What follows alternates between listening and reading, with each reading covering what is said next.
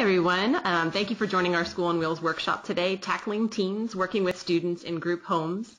My name is Natasha Bayes and I'm the Education and Training Coordinator for School on Wheels. Today I have wonderful tutors Mathangi Suresh, Songyang, who will be hosting the workshop today.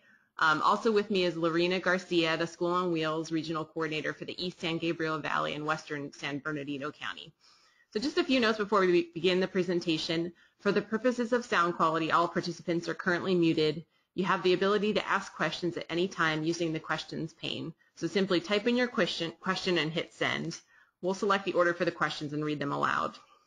So I wanted to give a brief introduction to our presenters today.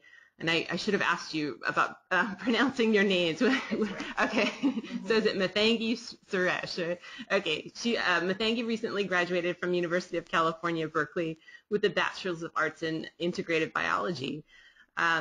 Pursuing a career in surgery, Mathangi is planning on continuing her education in medical school. Mathangi loves interacting with people and knew that becoming a tutor would allow her to do that and make a difference in the lives of others. So Mathangi joined School on Wheels as a volunteer tutor and began tutoring at group homes for boys in the Chino Valley. And how do you pronounce your last name again? Jiang, okay. She's in her final year of college at California State University, Fullerton, and is pursuing a career in special education and school administration.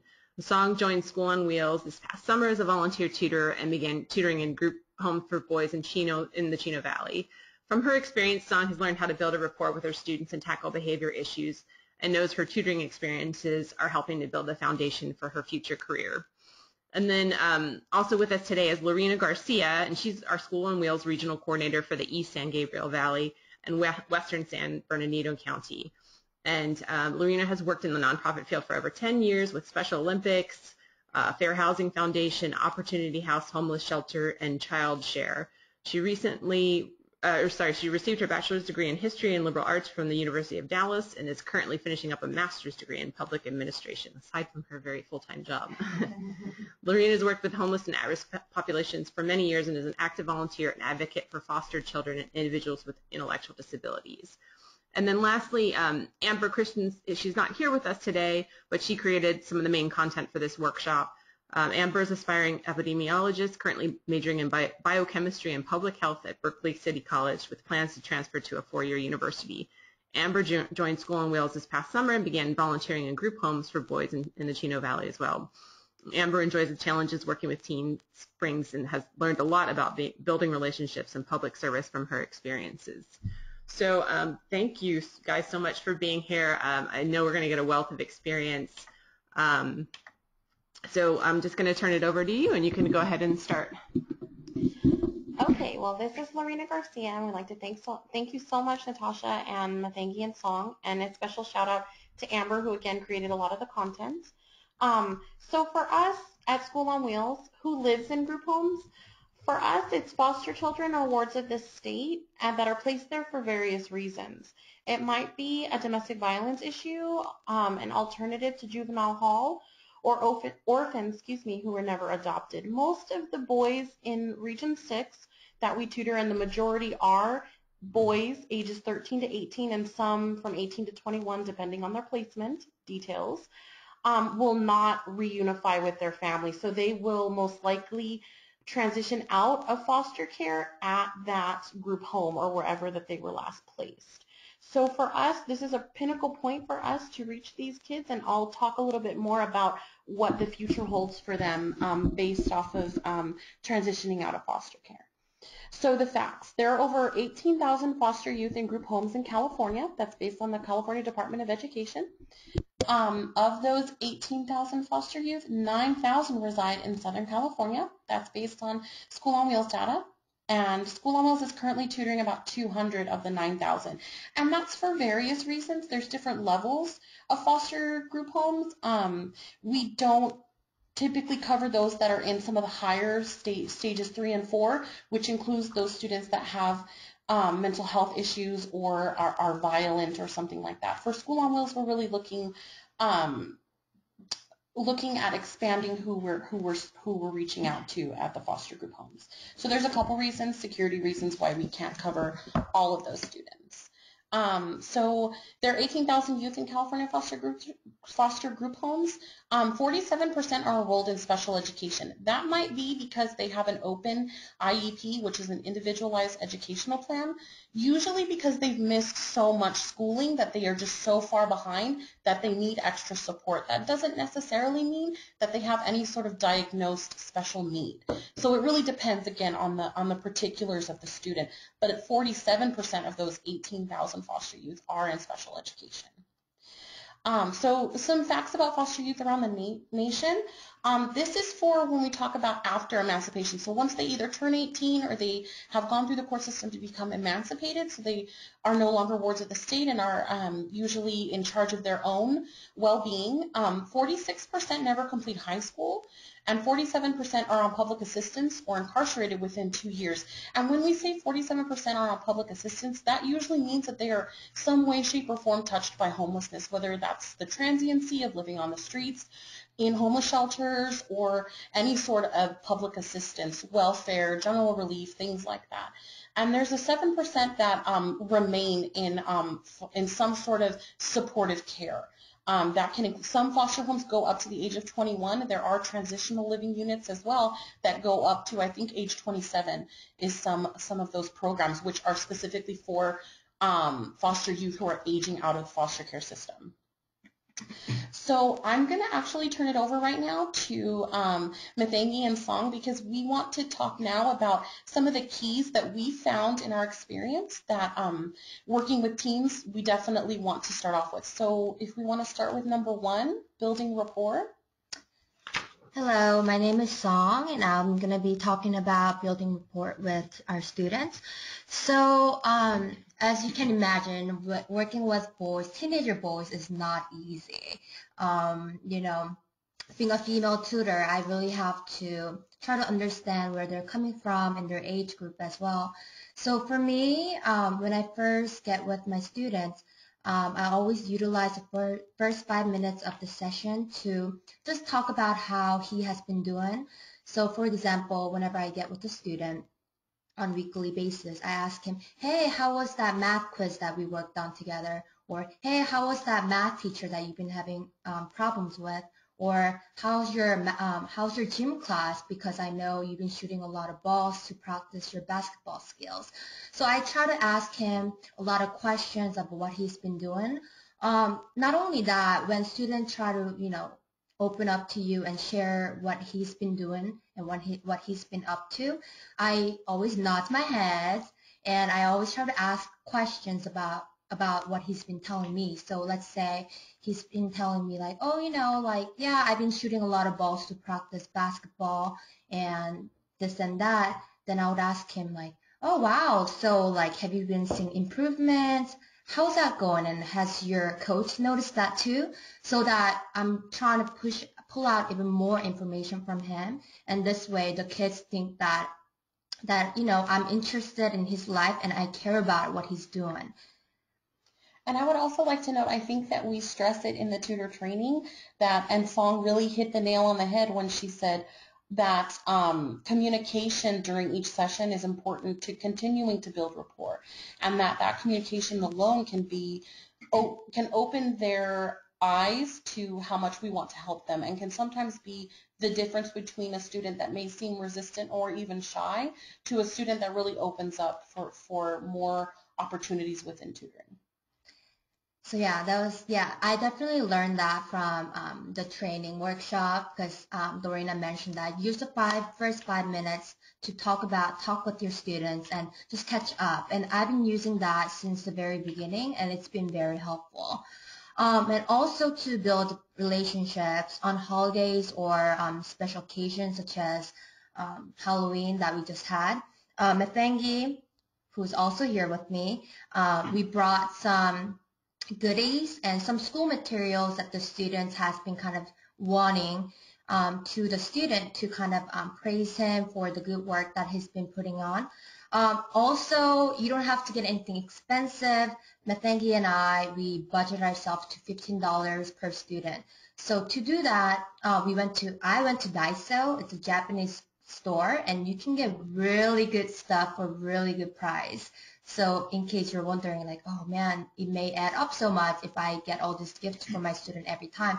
Well, there are very good shopping store called Daiso, in case you're wondering. And students appreciate them, and they'll say thank you so much. And I actually got a hug from my student for the first time when I gave him his Halloween goodies.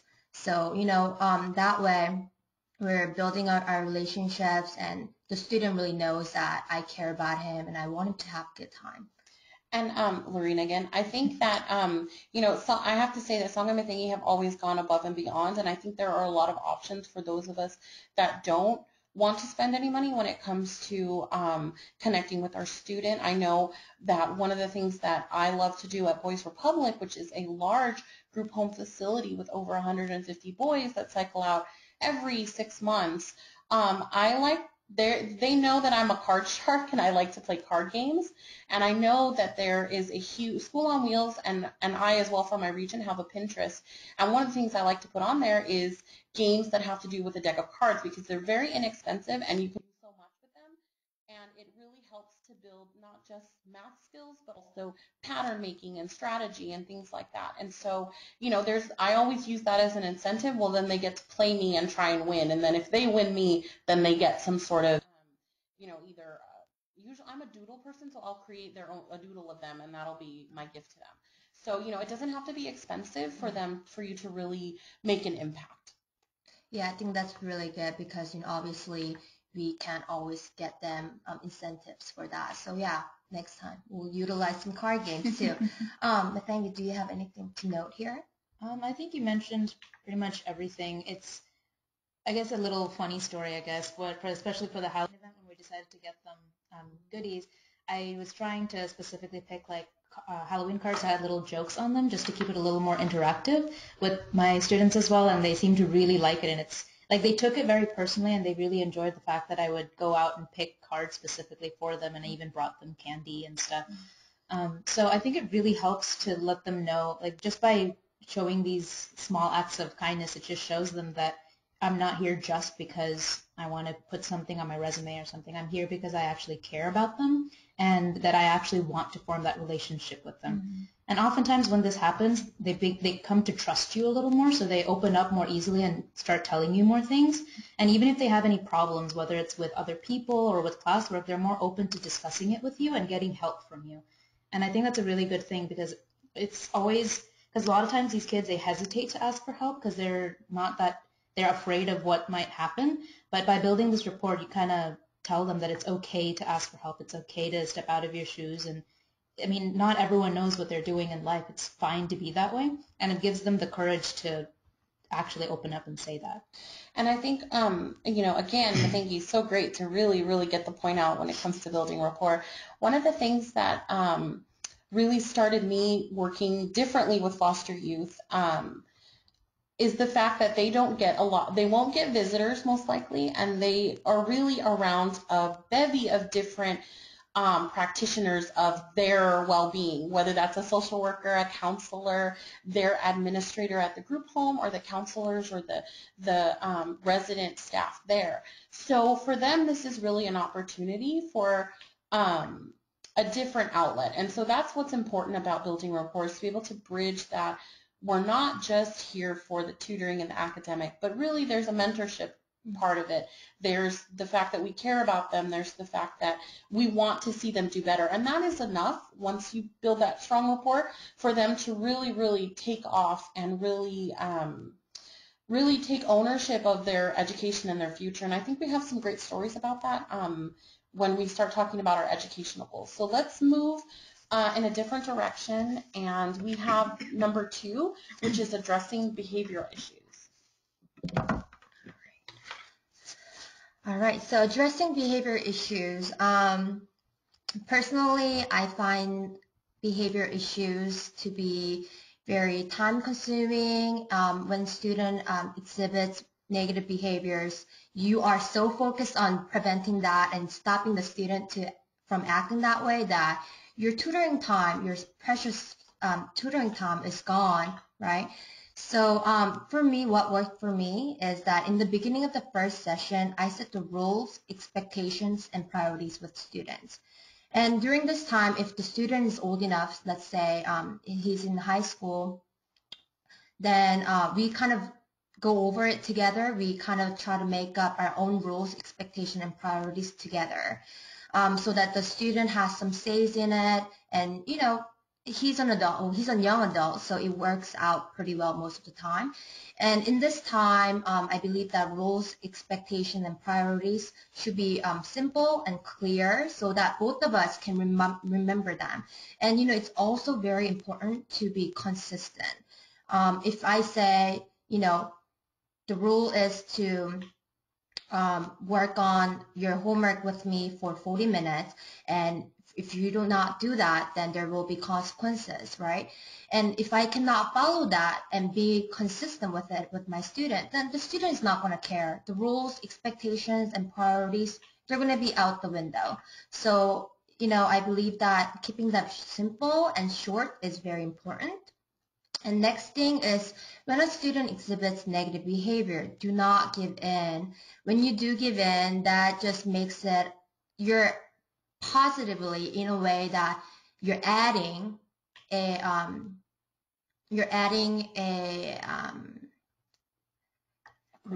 approval of that. So just ignore it, just have your straight face on and wait until the student is done with that behavior. And then once the student is done and comes back to you to do the work again, then you calmly ask the student, hey, are you ready now? Are we done? Okay, we may go back to work.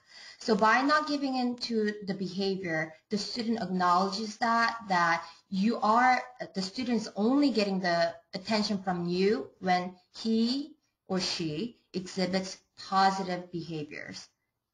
And kind of going off of that, I actually had a personal experience with this. One of my students really was never really focused and didn't really want to do the work, and never really had any confidence in himself. So he'd always be like, whatever problem, generally it's with math, so whenever we would try a math problem, he would always just start off saying, I'm not smart, I don't know how to do this problem, and he had very low self-confidence.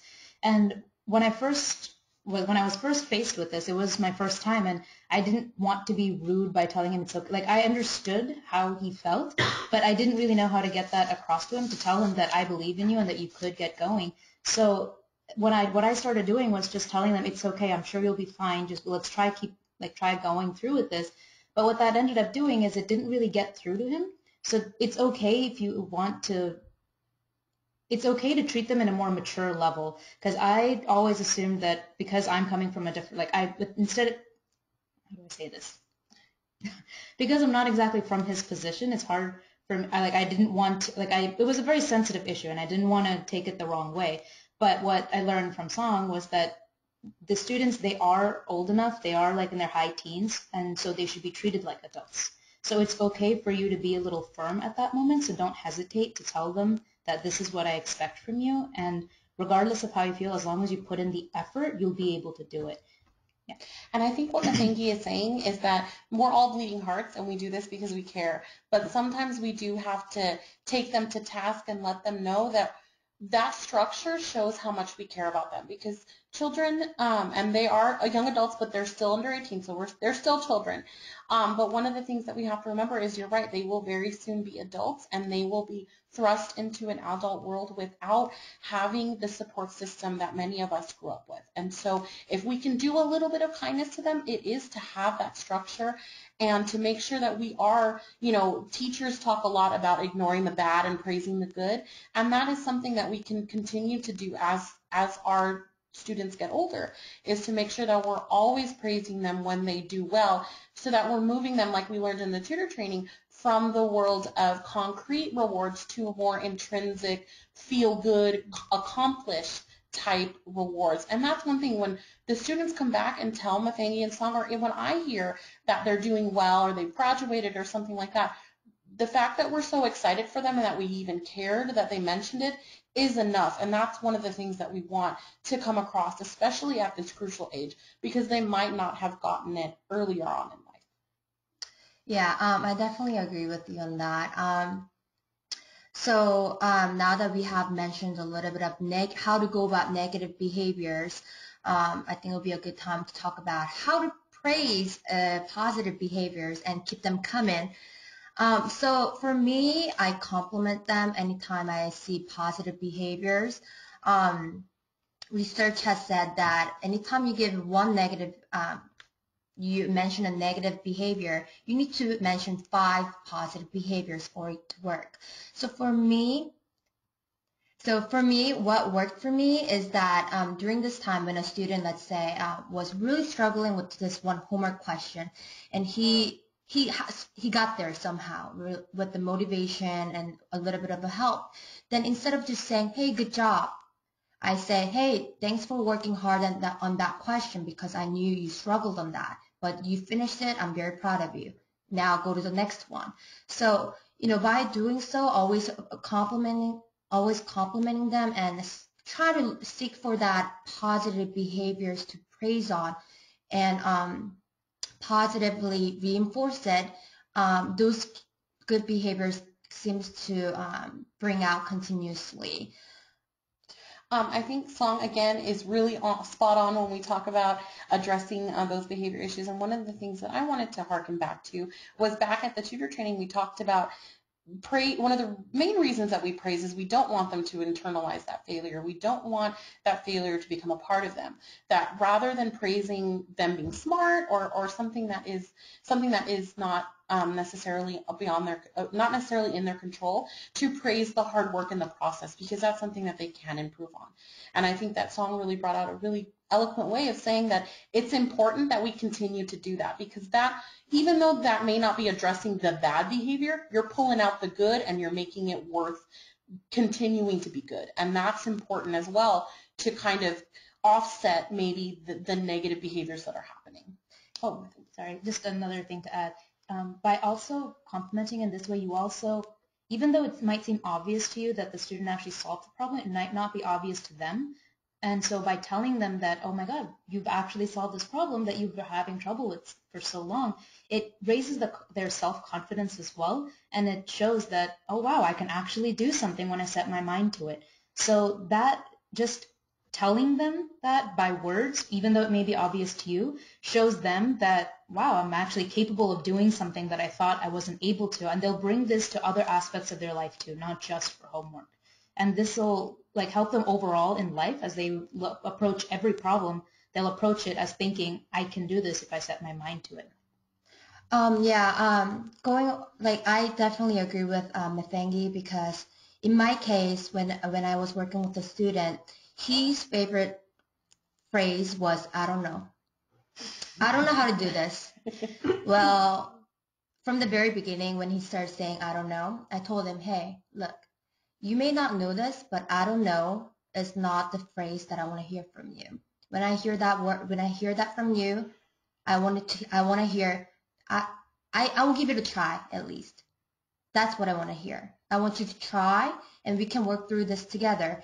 And when I was working at Boys Republic, there was this one student, and he just struggled, and he was working on math. He just didn't know the materials. At first, he had very low self-confidence in that, but I just pushed him through it. I was like, you can do this. Let's take this one by one, one step at a time. And at the end, he was able to finish the whole work.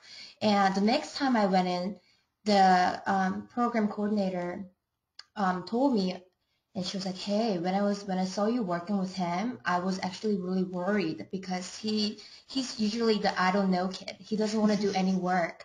But he actually did work with you, with your motivation, and he was actually able to get an A on his quiz. So I was very happy that, just telling your students that, you can do this. Give it a try. At least give it a try. Then it really changes the students' perspectives on that work. Awesome. No, that's a great story. One of the things that I want to bring up for those of you maybe in the audience that are thinking about working with teens and maybe haven't bridged that barrier yet, maybe there's some ideas in your head swirling around. But one of the things, we talked a lot about math, and I think math is one of the scariest things when it comes to working with teens, because we probably, for me, and I'm speaking from a personal level, I didn't do well in math in high school, and I was never encouraged to do so. And so I've had quite a few times where I've had to tutor in polynomials or graphing linear equations, and I really didn't know where to start. That's one of the things that, where we talk about working through the process. Just because we don't know something doesn't mean we can't find out the answer. And so there's a lot of resources out there, whether it's a lot of me and my students watch the YouTube videos they have some great YouTube videos on how to do math, especially polynomials and graphing linear equations, because I just did that like last week. And, it was great that we were able to teach each other. And so when it comes to students that maybe are resistant or apprehensive about, the I don't know or that sort of thing, that showing them that, I may not know either, but I can find out and we can work through it together is actually pretty powerful and can really lead to some great breakthroughs when it comes to working with your student, and may, really bond you guys together in the sense that, math is scary, but it might be the multiplication tables or the fractions that they're having trouble with, and that stuff we can definitely help them with. So again, just don't shy away from things like that. Don't shy away from the student who says, I don't know. Yeah, I think that's a really good point of view, that because I struggle with math too, and I sometimes during the tutoring session I go to Mathangi for help. I'm like, hey Mathangi, we're kind of lost here, help me out. But my student knows that, and every time I try to solve out the question, and if we're really, really stuck and, I try to go for extra help, the students really appreciate that. And that's going back to building relationship. That shows to my student that, hey, if you are lost, if you don't know, ask for help. It's okay. There's going to be someone out there who will try to help you out. So I think, just setting the good example for your students is really important too when you're trying to address behavioral issues. So I think that's about it for the behavior issues, and we're going to go on to the educational goals. Okay, so I think it's a really good transition because we just talked about students and subjects that they're struggling with. Generally for education goals, this kind of goes hand in hand with career goals as well, because a lot of students that I've worked with are mainly teens, and they're almost like juniors, seniors, that are thinking about their future goals and what to do. So it always helps, whether it's when you first meet a student, either maybe not the first session, so you might spend the first session trying to get to know your student, but maybe like the second or third session, take a few minutes to just, maybe even the entire session if need be, and just talk to them about what do they plan to do, what are they working on right now, are there any subjects that they're having trouble with that they'd like more help with as opposed to others. That not only, by doing this, you can not only gauge where your student is and prepare yourself on how to teach them, but it'll also show you how to lead the tutoring sessions. Because ultimately you are the one in control of the tutor session. So by knowing your tutor or your student more, you can plan your session accordingly. So especially for me, at each of the two places that I've volunteered, at New Dawn, for instance, we actually spent the first month or so with just working on career goals, on how to, and we actually had a session. We were just but it was during summer time, so right. We didn't have any homework, so we used that time for resume building and all that stuff. Okay, going right. So, and because most of the students we worked with were all juniors and seniors, so it helps to know where it is they're going. And oftentimes the students, when you talk about their future goals, they're very open to talking with you, especially in this particular subject, and they'll come to you and they'll ask you, oh, I'm thinking about doing this. What exactly would I need to do? How exactly would I go about doing this? And then you can talk with them on a one-on-one basis and say, these are the goals you need to accomplish, these might be the requirements, and so forth. And this kind of goes, and obviously education and career are very well closely tied. So depending on that, you can talk to your student about how they're doing in class. And always never hesitate to ask the student if you want to see their report card, or talk to them about how they're doing in class, because most of the time they're open. If they're not open, it's totally fine. Just let them know that it's not like a requirement for them to tell you, but that if they would like you to see, then you're open to helping them with it. So that not only tells them that you're mindful of their privacy, but at the same time you're there for them when they do need you. I just wanted to say I have two kind of somewhat funny stories. When I first started working at one of the group homes, New Dawn, that we're kind of talking about, um, I had a student, and I always, no matter how long I've worked with teens, all of them want to give me funny answers for like serious questions that I'm trying to ask them. And one of the ones that I get the most is when to answer to the question of what do I want to be when I grow up, I always get rap star. There's always that one kid, two kids sometimes that want to be a rap star, which I take that answer seriously. I say, okay, let's talk about what encompasses, do you want to do musical engineering? Do you want to do sound production? I mean, there's so many, and they are taken aback when I have that answer because they did it to be funny and they expected me to be frustrated and I wasn't.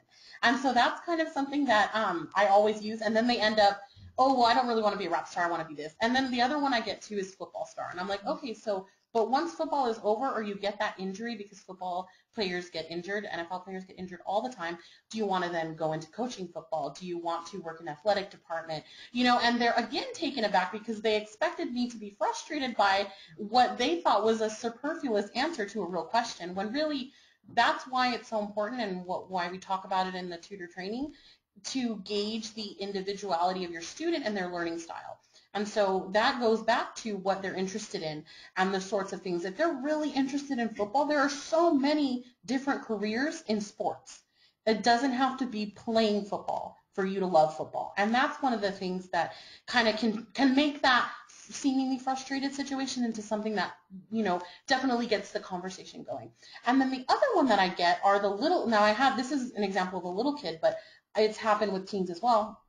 I asked her what she wanted to be when she grew up, and she was embarrassed to tell me. And I'm like, well, why are you embarrassed? Is it a princess? I was expecting, she was little, I was expecting something like that. And she looked at me and she says, well, I don't know how to spell it. I want to be a massage therapist. My aunt owns her own salon, and that's what I want to do. And for me, I was like, you should never be embarrassed of that. That's an amazing career to have and a goal. Let's find out what you have to do to be that. And I think on the same point, there are other kids that maybe, they may say it to be funny, or they may say it because they may not want to say it because they're embarrassed of what their goals are. And so that's something that when we come to educational and career goals, we always want to be thinking outside the box, because they might not have ever thought outside the box when it comes to what they want to be. Their parents were maybe either on the streets, homeless shelters, or whatever the story is. I don't think that a lot of them think beyond what they want to do different. And so that's where we want the conversation to go. Just going back to what Mathangi has mentioned about the report cards and the grades, one thing that worked for me with my student is that in the beginning I asked the student for his grades, and he tells me what he has in each class. And for the class that he has the lowest grade, I tell him, hey, our goal for this is 1 grade up, 1 letter up. And if that doesn't happen, it's okay. That means I'm not doing my job 100%, and I'm not giving it all. So, that kind of let the student know that, again, I care and I want to be accountable for being a tutor. And that also motivates the students to do well, because the student doesn't want me to feel bad about me being a bad tutor. So, I try to be accountable about his grades as me as a tutor. And, overall the student really appreciates that. And, I've seen some growth with that too. And I would say too on that end, educational goals, you have to start somewhere. So really, when we start assessing what their grade level competencies are, that's really important. If we want someone who wants to be a doctor and they are having trouble with science or math, then that's where we need to start, because that's where their passion and their goals lie. And we can really influence how they go into their educational career in the future with how we respond to those goals and their dreams and that sort of thing. And so School on Wheels has developed a whole kind of bevy of ways in which you can kind of address what their grade level is. Because like I said before, if there's a student that's working on polynomials and they did not get through multiplication, they're not going to be able to do well in school. And so starting with polynomials actually takes us back a few steps. Whereas if we start with our multiplication tables and we work hard on kind of learning those and getting, kind of filling in the gaps of where their education is, which is what School on Wheels goals are anyway, then we can really address a lot of the educational goals that they're having right now. If it's just to get through high school and they missed years in the past, that's going to be the biggest barrier. And so for us, that's kind of where you start. Of course, we want those future rap stars and NFL players to definitely get where they need to go, but we need to kind of dial it back and say, okay, what's realistic? You know, we always, like we learned in the tutor training, we always have to keep ourselves forward thinking, but also we have limits as tutors. We only have so much time. And so alongside with their educational career goals, we need to have our own tutoring goals and the things that we want to see. We want to constantly work on study skills, planning, the things that can impact their education beyond just our one tutoring session. I agree with both of them, and I have a couple points to make for something both of them said. So kind of going back to what Song said about telling the student that I might have not done my job properly as a tutor, you might not realize it, but these students really respect us tutors, even though they might not show it, or they might like think it's funny to say something not like unexpected, but ultimately they really do respect us, and they really appreciate us being there for them. So they will seriously try to work hard if we say something like that, because they don't want us to feel that way. Yeah. They don't want to let us down. Right. Yeah. And whenever we tell them that we're very proud of them, you can actually see it on their face. That makes them very happy, especially for my student that was able to do that math problem. I just took 5 minutes and I just told him, I was like, you weren't able to do this problem like 3 weeks ago, and now you did it all by yourself and you can do it without my help. And just telling him that and telling him how proud I am just makes him feel more confident in himself and makes him respect me as like more as well. And another point, going back to what Lorena was saying about students saying they wanted to be football stars, a lot of times the students you come across, they'll say, oh, I want to be this, I want to be that, and they'll be fixed on it. They won't look beyond that, and they won't have any backup plans. So one strategy that I use is I tell them, okay, that's good. If you want to do that, that's fine. But it's good to always have a backup plan. Like, what are you going to do if this does not work out for you? And that not only teaches them to look in a wide range of things when they look at anything, but it tells them that you should always be prepared for something. That way the student isn't always looking at any aspect with a very narrow mind. Mm-hmm. So always talk to them let's talk about some backup options. I mean, if this is not something, if it doesn't work out, what else are you interested in? What else can you possibly try? Would you like to get any part-time jobs or anything? It's good to always talk to them about all the different options out there, because there are a lot of options out there. And a lot of times, like even I don't even know all the options that are possibly out there. But sometimes all it takes is just Google it. I mean, if you don't know anything, just Google it for your student if they don't have access to a laptop or anything. And they're very open to discussing these things with you because it is their future, and even if they don't show it openly, they do care about their future. So they will openly discuss these things with you.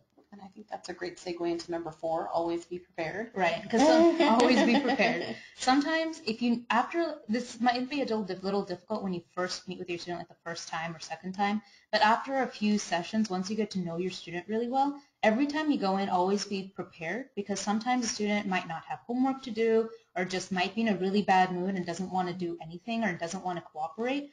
So you got to learn to make decisions on the spot and always be prepared to deal with any sort of situation that you come across. Especially with one of my students, he was never really focused. He was always goofing off. Sometimes if he was in a really, really bad mood and really just did not want to do homework, it's okay. Don't push them too much, but try to divert it to something else that they're interested in. Like he, for once, really liked artwork. So I'd probably ask him saying, well, would you like to do some artwork instead? Maybe. Can I just say in the artwork side, I love to color even though I'm an adult. And one of the things that's great with the varying ages that I've worked with is coloring can really be a calming way to get you on the same page. So I call it coloring, but it's really artwork. And then it can also improve their penmanship, and it also improves their ability to focus and calm down. So I think art is a really great way to kind of always have, I mean, you would be surprised how excited a 16-year-old will get when you pull out some markers or some color pencils. I think it brings out the kid in all of us. And so, you can definitely use that as a way, oh, we're done with what we want. You draw a picture and I'll color it, or something like that. Can really kind of bond you guys, you and your student, but then also kind of be a fun way for you guys to interact that wouldn't necessarily you wouldn't come off the street knowing that this kid likes to do art. Right. Because, I mean, at the end of the day, we are there as tutors, but we're not their teachers. So we want them to know that we're there to help them. We're not there strictly to just focus on just education, just career goals. We want them to be comfortable with us. So it's okay to go beyond, like go past the schedule that you might have and do other things to get them more engaged. If the student doesn't really have any of that and just doesn't want, like doesn't have any homework or anything, but doesn't mind doing anything education related, you might want to just spend the time creating a study guide for what you've already been working on. That way it'll prepare them for anything that comes up later, and you use your time wisely, and you can give them something that they can use to study with. Oh, go ahead. Oh yeah, so going back to what Mathangi said about study guide, whenever my student who doesn't have a homework, we always try to make a study guide. And at first he had the hardest time creating one because he never actually made one before. He didn't have to. But by practicing it, I've noticed one day that he was actually starting to make his own without me asking him to do so. So that was a really nice change to see. That was really, really neat. I think that's great, and I am a big proponent. I love to write. So if I have a notebook right handy, I'm like, okay, you're going to, sometimes it's different for each student. Sometimes it's draw me a picture and write a story about it. Sometimes it's put you and I in the story and we're superheroes, we're going to do something crazy. Or, it's as simple as write me a letter about, what you want to do with your future or something like that. And I think that sometimes they're so used to doing homework that they don't have those creative outlets and they don't realize that building their skills in their education can really be a way of bolstering their skills creatively. So that includes creative writing, artwork, games. I'm a huge proponent of games, and I think sometimes, especially, and Mathangi and Song can tell you, one of the first things that we did when we started tutoring, and I know I have to say this because I wanted to mention it somewhere, and I think now's the best time as ever. Mathangi and Song are amazing tutors, and they've been doing this for quite a while, but they didn't start out totally confident like they are now. I saw them start out a little bit afraid, especially because they were going into a group home with 6 boys, didn't really know what to expect. And so I come from the educational world, so I'm very, put my teacher hat on. But with these boys, we need to do something different. And so we started playing Monopoly and Life and all these different games that really were just, this was not a session with their counselor. This was not school. This was something different. This was a time for us to be together and to have fun. And once I think that light bulb came out with not just the boys, but also with Mathangi and Song, the possibilities were really limitless at that point because we were able to see what tutoring was and what it wasn't. It's meant to be engaging. Maybe not necessarily fun all the time, but engaging. It's meant to initiate conversation and dialogue, and that's something that I think these girls are amazing at, and that's one thing that you really, as a tutor, have to look at. How can I engage my student and keep them engaged in what I'm doing? Right, and kind of going off of what Lorena was saying, even if you can't come up with something to do, and even if like the kids don't want to play games, you can also make it a little educational. Like what Song and I did, especially at New Dawn, for when we first got to know them, is we decided to have like a mock interview session, so you can work on life building skills as well. So what we tell them is, after the first few sessions where each of them told us what their career goals were, we had like a separate resume workshop where we taught them this is how you would normally write a resume. And Song was even very nice. She even brought out resume papers for all of them too, for them to use in the future when they're officially writing their resumes. And then we had a mock interview. We told them 1 week we're going to interview each of you guys separately. You're going to give us your resumes, and we're going to pretend that we're going to employ you for the job you guys are applying for. And it was really fun because we had like a variety of like jobs. Someone wanted to be an architect, one wanted to be an NFL player, one wanted to be a plumber, one wanted to be a mechanic. It was like all over the spectrum. But they actually really enjoyed that. And then we gave, like the first week we did that, and then we gave them some feedback on this is how you should normally behave. And then the next week when we went back for that 1 week where they didn't have any of the skills to like anything to remind them of what we told them, they actually picked it up very well. Next week when I re-interviewed them for the exact same job, I probably would have given a job to at least half of them, if not more. It was very well done. And this also keeps them engaged and teaches them a very good skill at the same time. So you get to do fun things with them that they like, and that also helps them at the same time. Yeah, Yeah, we definitely had a lot of fun with that. But, it's true that working in a group home is not always easy because, there's a lot of tension because there's a lot of kids going in and out, a lot of different personalities, and you can just really feel the tension sometimes. And in that case, to prepare yourself for that case, when you go in, sit with your student, and if you can just see the steam coming out of his hair, then just tell him, hey, like, just ask the student, hey, are you feeling kind of, upset or whatever? If the student says yes, then you tell him, okay, why don't we have about 10 minutes of a cooling time, and then once you have cooled down, we'll get to work. So by giving this time to student, the student can kind of like, regroup his mind. And, most of the time it worked as well in case, if you are struggling with students that has a lot of like aggressive personalities and things like that. Great. Do we have any questions? Not so far. I think you guys have been answering everything. Okay, awesome. Let's see where this takes us next. Okay, so we're going to talk a little bit about building a relationship with the shelter staff. Now, we talked a lot about the students, and that's always our primary focus.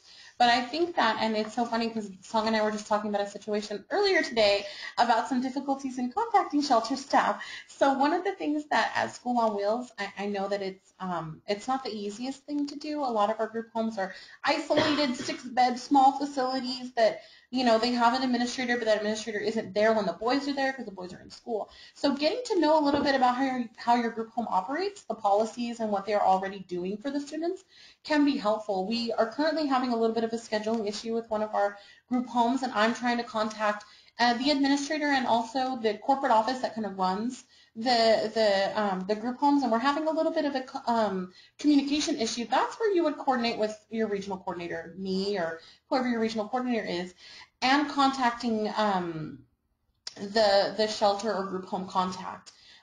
Maybe creating workshops and events to get the kids more involved at, like we talked about the resume and cover letter workshops, which are great, are really a great example of how we can engage them. Another thing that we've done, we've brought in the CCC, which is the California Conservation Corps. They are a nonprofit that works with the state, and they basically have work.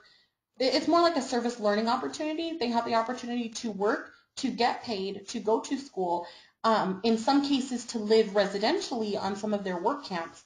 And so I brought that speaker into Boys Republic, and quite a few of the boys were very interested in that sort of opportunity. We've also had some in my region, the Santa Anita Family Services provides work opportunities for youth, and so they've come in and said, these are the types of jobs that we can get you.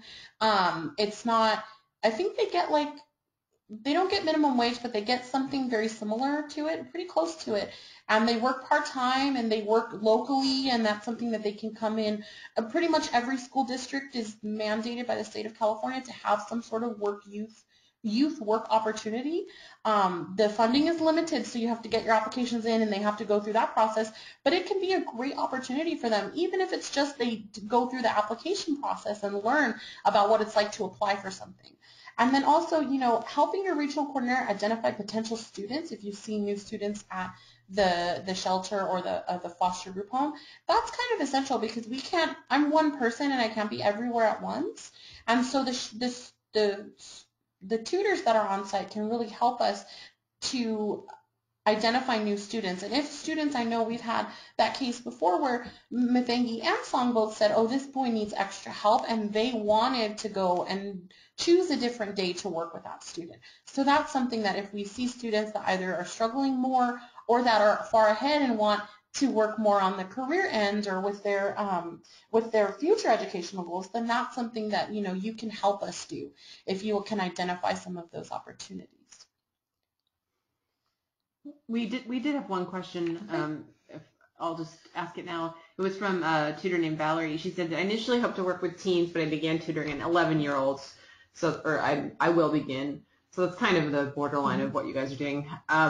Any other advice on working with boys at that age? Can we still work with them on future goals as with the teens? What advice do you have for the first session? Well, 11 to 13 is our preteen kind of age, and I want to say this is the scariest period for most people. I mean, talk about teens are hard, but middle school is kind of an interesting part of growing up for all of us, and I think that you add on foster group home or you add on homelessness, and it's so much more in terms of what they have to go through. When I've worked with 11 to 13-year-olds, I feel that they're just starting to understand that someday they'll have to take care of themselves.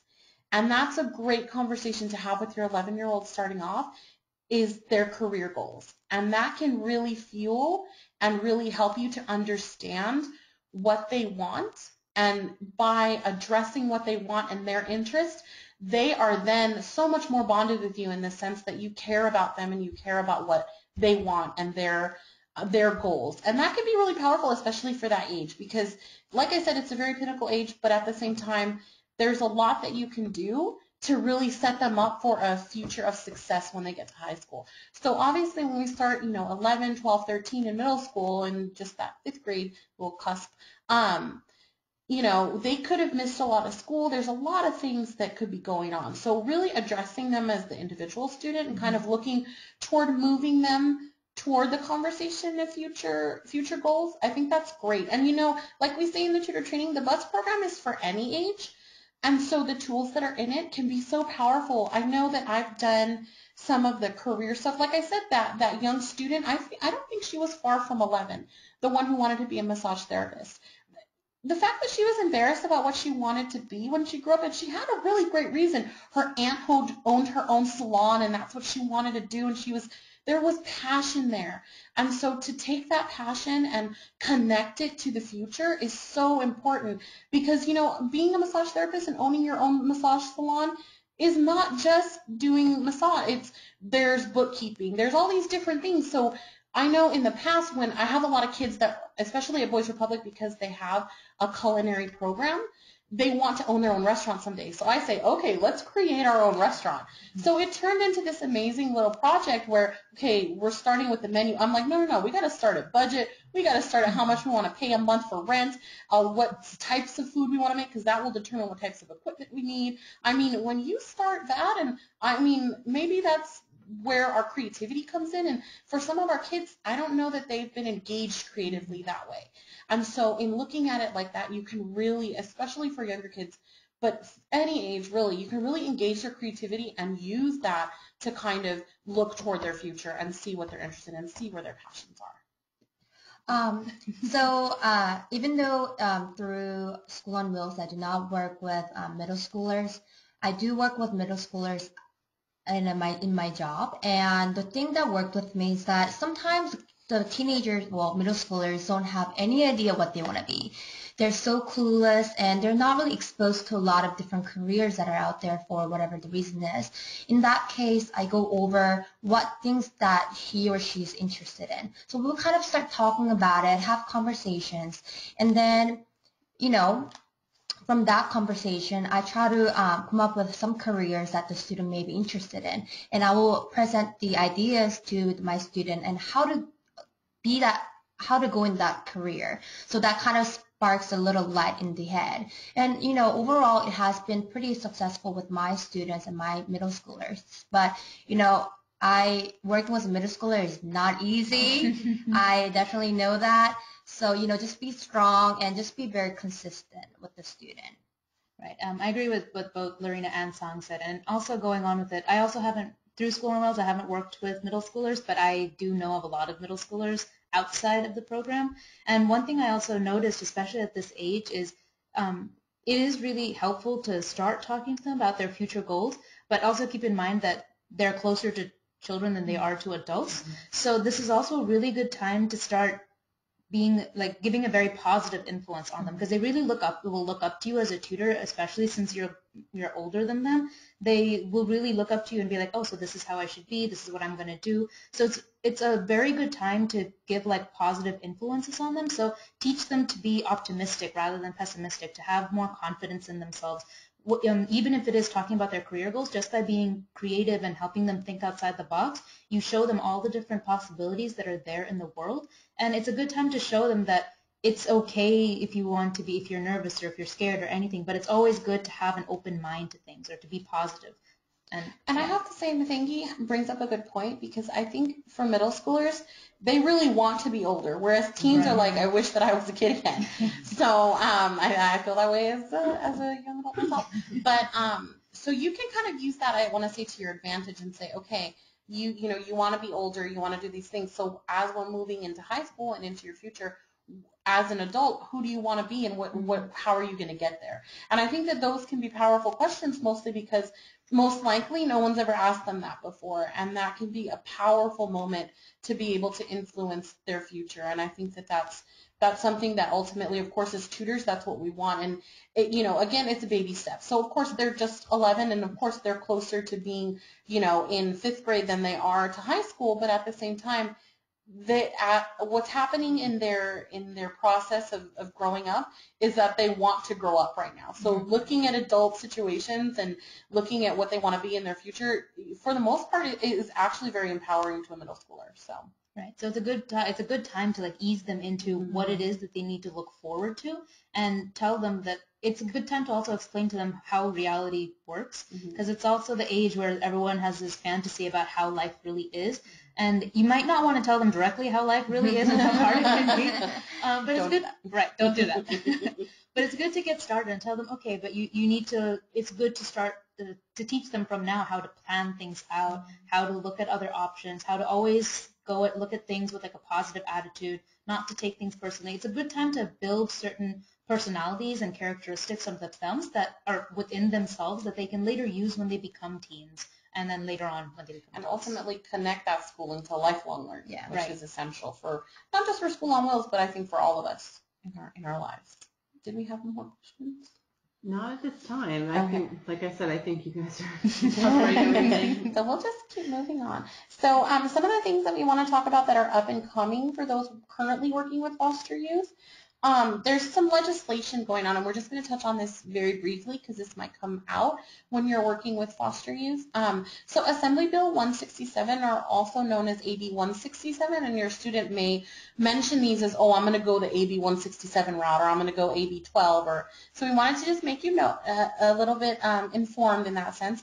So this bill exempts foster youth from local school district graduation requirements. So if they're moving from, you know, somewhere in LA County, you know, LAUSD to, I don't know, Chino Unified School District, each school district has specific graduation requirements. Now, AB 167 allows those foster youth to use whatever their either their home school or the California standard for graduation requirements. Now, when they're moving from high school with an AB 167 to junior college, all of the California junior colleges are required to accept AB 167.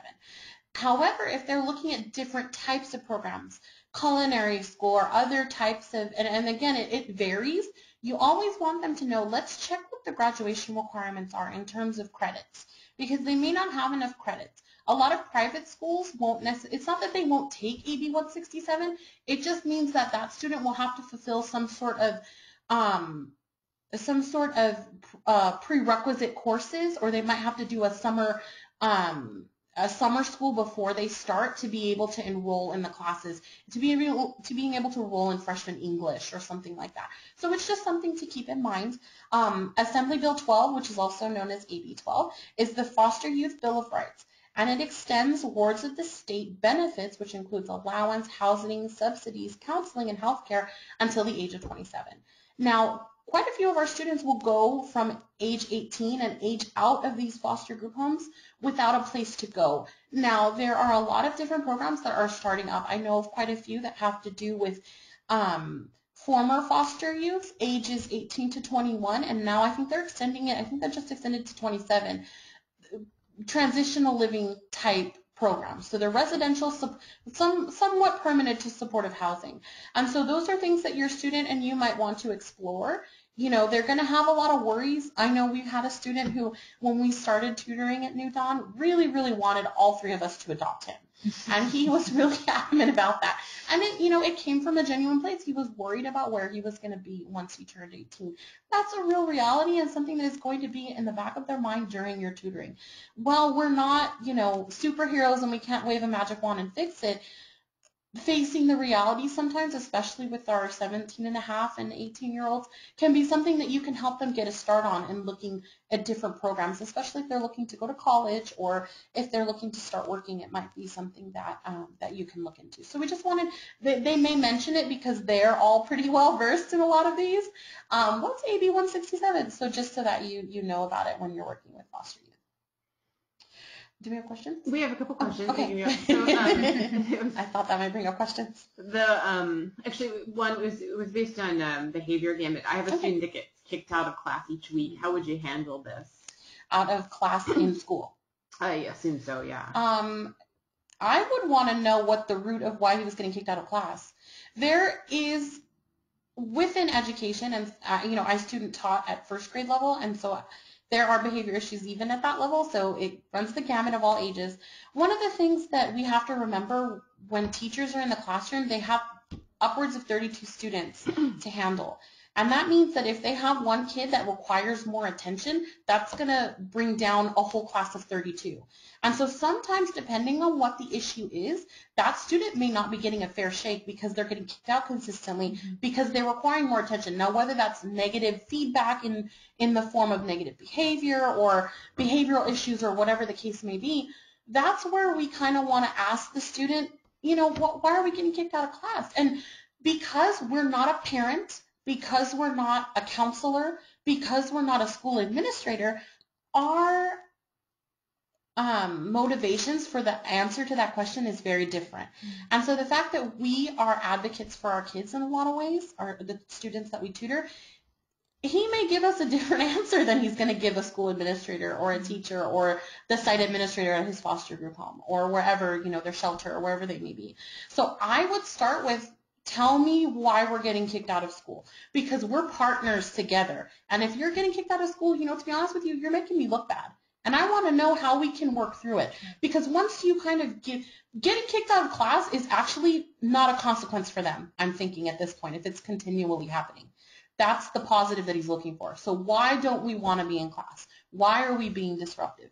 What are you not getting in class that is requiring you to be removed from class? And that's a good start to it. Again, there can be a lot of different reasons. Is he falling asleep in class because he doesn't get enough sleep? Is he hungry and he's being disruptive because his brain can't focus unless he has food? There's a lot. There's so many different individual reasons why. I would start with why, and I would ask them why. And that's one of the things that School on Wheels, I think that our tutors forget sometimes when we compare ourselves to other, SES, which are secondary educational supplementary tutoring programs, and the Los Angeles County Board of Education has tutoring. Our program looks different for a reason. We're all about the individual student. So if we ask that student why and we give them the power to say this is why, this is what we can do about it. And that's how we can influence and change. And so I would suggest sitting down with your student and asking them why. And I would start documenting why and letting them know, you've done this, 46 times in the last 2 weeks. What's going on? Why are we having this problem? And what can I do as a tutor? We're limited in our time and in the things that we can do for them, but maybe it's enough just to acknowledge that they're having trouble and to help them find a solution. That's the most important part, is we want them to find their own solution. We don't want to give them the answer. So I hope that answers that person's question. Yeah, we're running a little bit over the hour, but there's one more question that we can fit in here. It's, is it effective to have other teens teach other students in a group home with adult supervision? This is something that is kind of, from my region especially, I have a lot of high school volunteers. So one of the things that I think I've seen, and I'm not going to lie and say that I wasn't purposeful in putting Mathangi in song, two very beautiful and very sweet girls at a boys group home, is to say that they are influenced by those sorts of outside forces. And so if that student is mature enough, and if that student is willing and able to kind of really look at the barriers that they're going into, I think that youth really feed youth in a lot of positive ways. And so if those positive ways can be utilized and can be, structured around tutoring and that sort of thing, I think it can be powerful. Now, it really depends on if I'm sending them, obviously would never send them by themselves, but if there's another lead tutor, consistent and great, I would have no problem putting a high school student with Song and Mathangi, because I know ultimately that Song and Mathangi will have control of that tutoring situation no matter what happens. So it's it really, I think, depends on the situation. But I do think that those youth are really fed by other youth, and they're energized by each other, and the want to do better can be fed by youth to youth.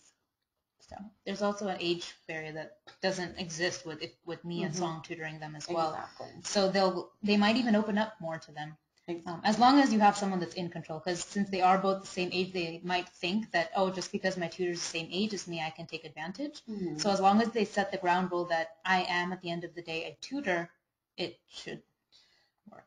Definitely. No more questions, and we should probably wrap it up with the resources. So the last couple things that we have are just some resources for you as tutors if you're starting in foster group homes, but also if you're just in a regular tutoring situation. So School on Wheels has a scholarship opportunity, and we have the links here, and they're links on our website. And then also we're really big on our online tutoring and educational games. Stride Academy, but also we have a lot of new digital learning tools, a lot of resources on our website that can really help you when you don't have anything prepared and when you do need a little help in that sense. So these are great links to start off with. And then I think we covered most of this in terms of all the other ways. These will be in the slides, communicating, making a game plan. We pretty much covered that when we covered our 4 key points as a tutor. Really quickly, just the do's and don'ts, and I think we went over this again, and we just want to stress them. Don't take your students' behavior issues alone. Work with staff. Work with me as your regional coordinator especially to kind of work through those. Do communicate with staff about your students' educational status. That's really helpful to know where they are in school and what resources they're already utilizing. Do encourage your student to discuss any ideas they have about college or career options with their probation officer or social worker. Sometimes with teachers as well, the work that they do can be given as credits. I've seen that happen as well. The extra work that they're putting in with us can be used. That's a case-by-case basis and depends on what school district and what school they're in, but it can be used to help them. And do refer them to any resources that you find useful, especially those on our website. And we have some additional resources. Of course, we've done, if you've gone to a tutor training where you've had internet access, some of mine don't, you've used the California Career Zone. Some free stuff for foster youth. I foster. Some ideas transferring from California Community College to California State College, etc. You can use the Assist website. And again, use this as resources and let us know, what you need. Our regional coordinators are definitely there to work with you. And I think that, as you can tell from Song and Mathangi, it's all about asking questions and encouraging your student to ask questions. And so I think that's it for us. If you want to, I would like to thank so much again Amber, our unseen angel, who put together our slideshow, and then also to Song and Mathangi for taking time out of their busy schedules to be with us and to answer questions and to talk more about their experiences. Thanks, everybody. Yeah, thank you for having us. Thank you. All right, thank you. And there will be a recording available of this webinar. So I would be in touch with the participants, and we'll follow up with resources. But thank you again, you guys. You have so much insight on working with this particular population. We really appreciate your expertise. And thanks. All right, thanks everyone. Have a good day.